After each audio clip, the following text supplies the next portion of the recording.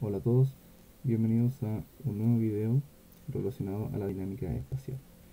En esta ocasión veremos cómo conocer la orientación de un satélite y más específico aún de un satélite CubeSat eh, con los sensores que tiene disponible. El método que veremos hoy es conocido como método Triad, que a diferencia de otros métodos se caracteriza por ser ágil, ser de poco consumo de memoria, puesto que solo requiere de la medición actual para conocer la orientación. Otros métodos, como el filtro de Kalman o relacionados a teorema de Bayes, relacionan el histórico, datos históricos de la dinámica para poder ponderar o propagar un nuevo valor. Este método es más ágil, es conocido como uno de los métodos más simples para poder obtener la orientación de un satélite y que al mismo tiempo fusiona dos sensores para mejorar la orientación. Generalmente se utilizan sensores relacionados a la medición de la dirección del Sol y la dirección del campo magnético de la Tierra. Pero pueden utilizarse otros tipos de sensores que también den dos vectores. Lo que en realidad se necesita para poder cumplir los requisitos de este algoritmo es tener dos vectores que sean independientes, pero que estén medidos desde el body frame, que es el sistema de referencia del satélite. Bien, la teoría de esto conlleva a que yo puedo medir el vector de campo magnético desde mi sistema de referencia del satélite y puedo obtener el campo magnético desde el sistema de referencia base o inercial. En este caso vamos a hablar de un sistema de referencia inercial, pero en la práctica no es completamente inercial. Es un sistema que no rota, pero que sí se traslada y está siempre en el centro de masa del satélite. Por eso que no es completamente inercial, pero eh, dentro de la jerga es comúnmente conocido como sistema de referencia inercial o simplemente sistema de referencia, ya, puesto que no rota. Una vez que yo obtengo las mediciones en estos sistemas, puedo relacionarlos para obtener una matriz de rotación. Por ejemplo, en esta ecuación que está acá, vamos a ver que la letra B viene siendo el vector medido desde el sistema de referencia del satélite, y este fenómeno puede ser tanto el campo magnético de la Tierra como la dirección del Sol. Y por otro lado tengo la matriz de rotación y el vector del mismo fenómeno físico, pero con un vector medido desde el sistema de referencia que es J2000, ¿ya? Que en este caso viene siendo un derivado del sistema de referencia inercial. Cuando yo conozco mi matriz de rotación, conozco la matriz A, yo puedo pasar de un vector del sistema de referencia J2000 a el sistema de referencia del satélite. Cuando no conozco esta matriz de rotación, lo que yo intento hacer es buscar los elementos de esta matriz de rotación basado en los otros dos vectores. Como se puede ver en esta simulación, generalmente vamos a tener sistemas muy dinámicos. En este caso es un caso muy simplificado en donde el satélite solo está rotando respecto a un eje, respecto al sistema de referencia J2000, que es el morado, y el sistema de referencia del cuerpo del satélite, conocido como body frame, es de color azul. ¿Ya? Es el que está rotando respecto al sistema de referencia J2000.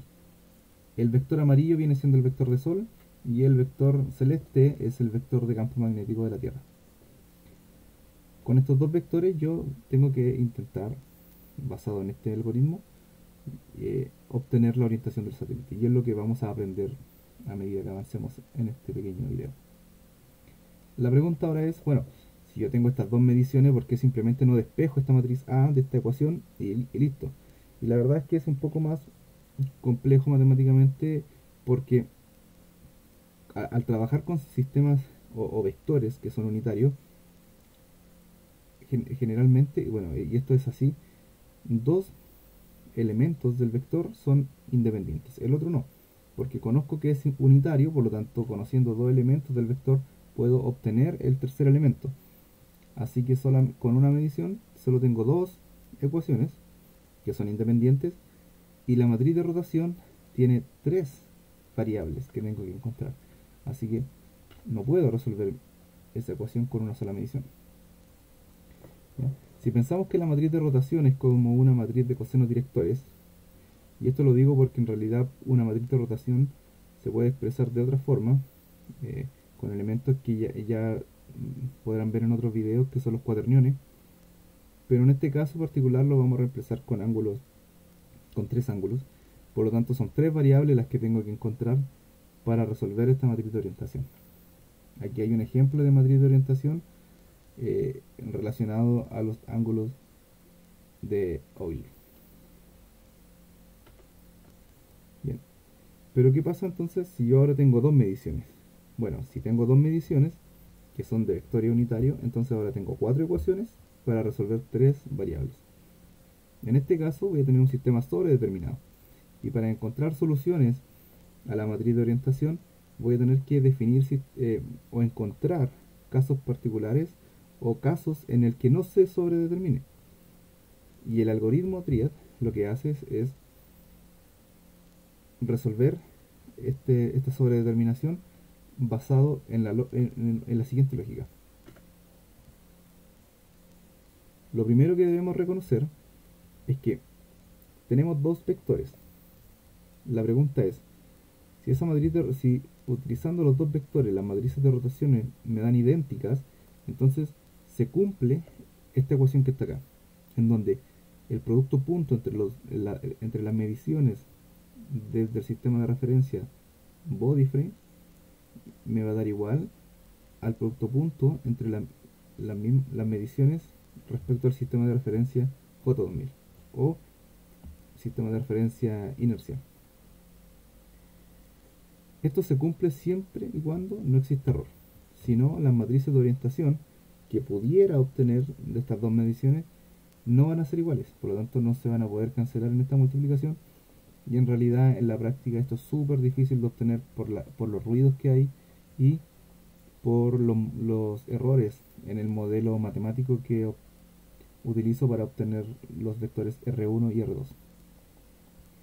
Entonces, ¿qué es lo que hace el método Triad para poder obtener estas tres variables de rotación y buscar casos en donde no se sobredetermine el problema? Lo primero es que se impone, y existe una hipótesis en la que se dice que una medición o un modelo matemático es más preciso que el otro. ¿Ya? En este caso vamos a decir que el vector V1 es más preciso que el V2 y R1 es más preciso que R2. Por lo tanto, se cumple que la matriz de rotación satisface esta ecuación. Sabemos que todavía no tenemos la solución, porque esta ecuación en sí solo tiene dos ecuaciones y tres variables, ¿ya? Pero se impone que esta ecuación se cumple.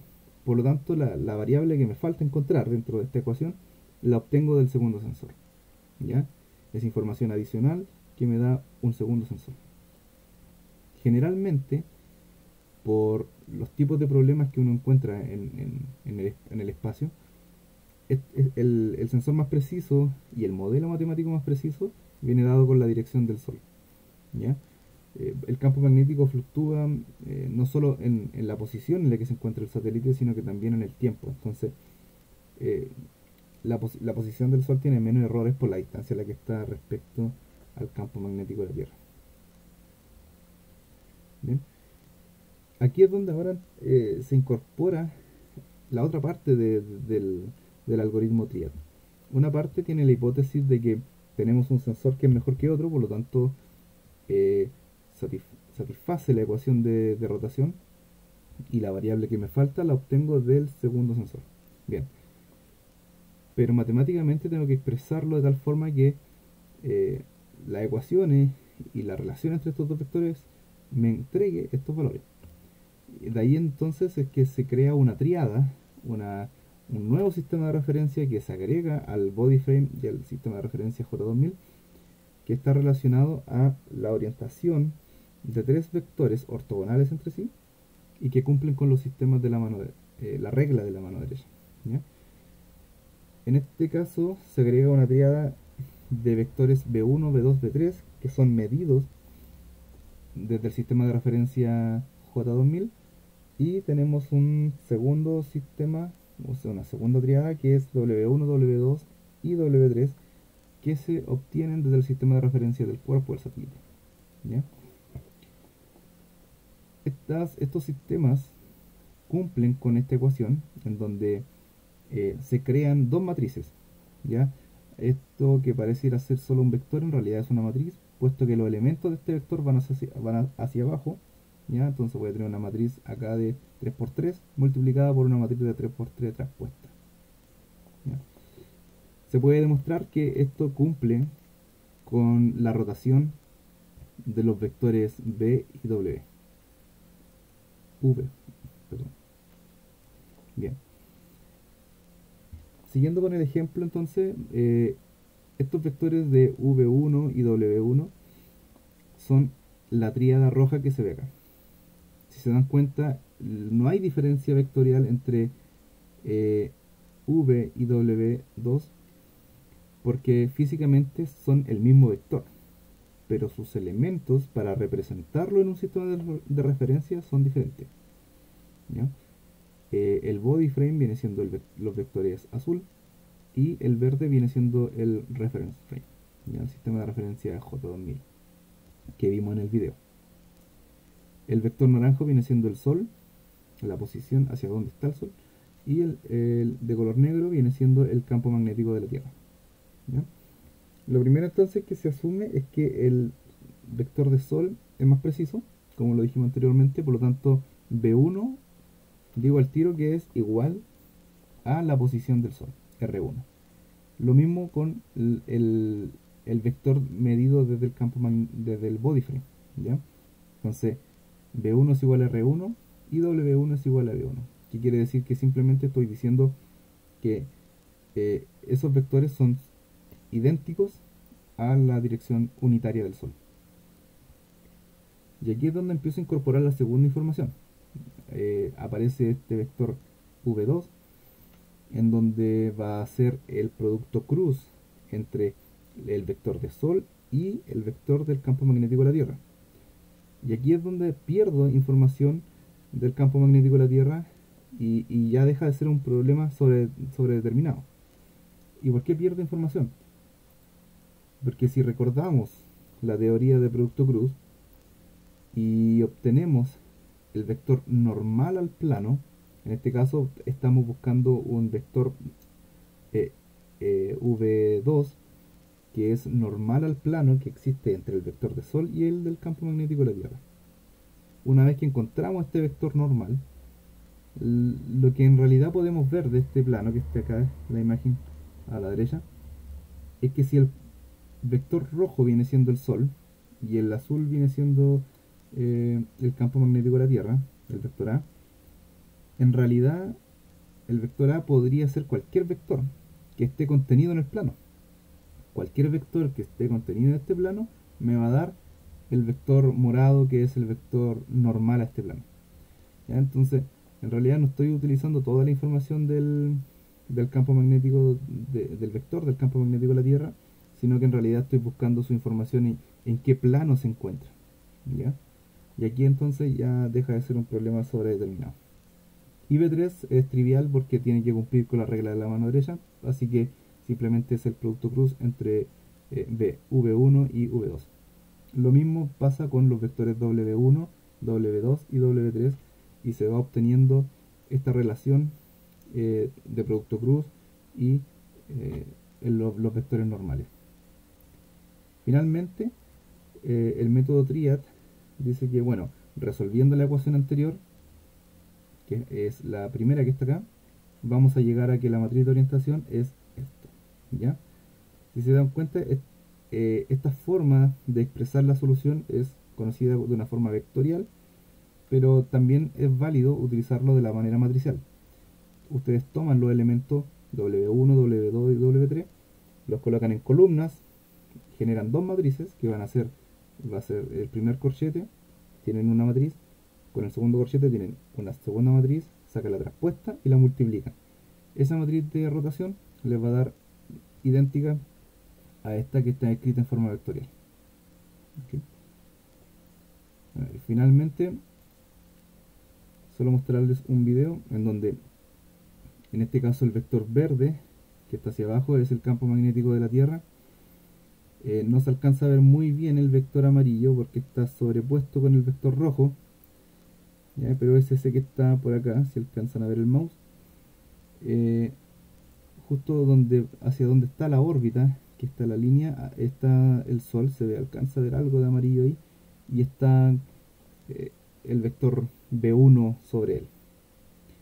B2 vendría siendo el que está hacia la izquierda, porque forma el plano con... es normal al plano que se forma entre el campo magnético de la Tierra y el vector de Sol. Y luego el otro se obtiene por la regla de la mano derecha.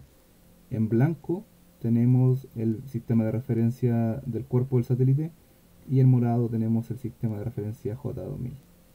Entonces, si se dan cuenta, el J2000 respecto a la posición del satélite mantiene siempre su misma orientación, pero se traslada. Lo vamos a ver por última vez. Esto también es un sistema que rota solo en un eje y que tiene un pequeño cabeceo porque este satélite tiene una matriz de inercia que no es completamente simétrica. Tiene productos de inercia incorporados, por lo tanto parte de la rotación que se incorpora como velocidad inicial en un eje se empieza a pasar a los otros ejes. ¿Sí? Entonces, una vez que obtengo la matriz de rotación eh, o la matriz de la triada respecto a cada sistema de referencia, ya puedo obtener mi matriz de orientación y extraer ya sea los ángulos de pitch, roll y yaw, sino que también puedo obtener los cuaterniones, que son otra forma de representar la orientación de un satélite. Eso es todo por ahora y nos vemos en un siguiente video. Gracias.